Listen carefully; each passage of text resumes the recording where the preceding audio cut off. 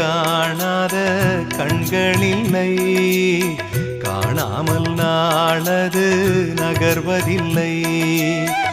கண்ணன் என்றாலும் கள்வன் என்றாலும் கருணை புரிவான் ஸ்ரீ கிருஷ்ண பகவான்.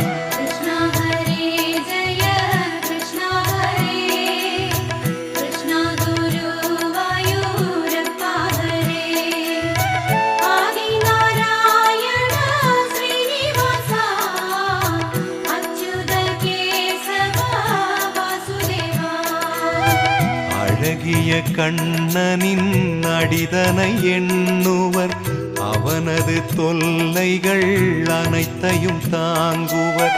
வெண்ணையை திருடிய கண்ணனின் லீலையை கண்டு ரசிப்பதே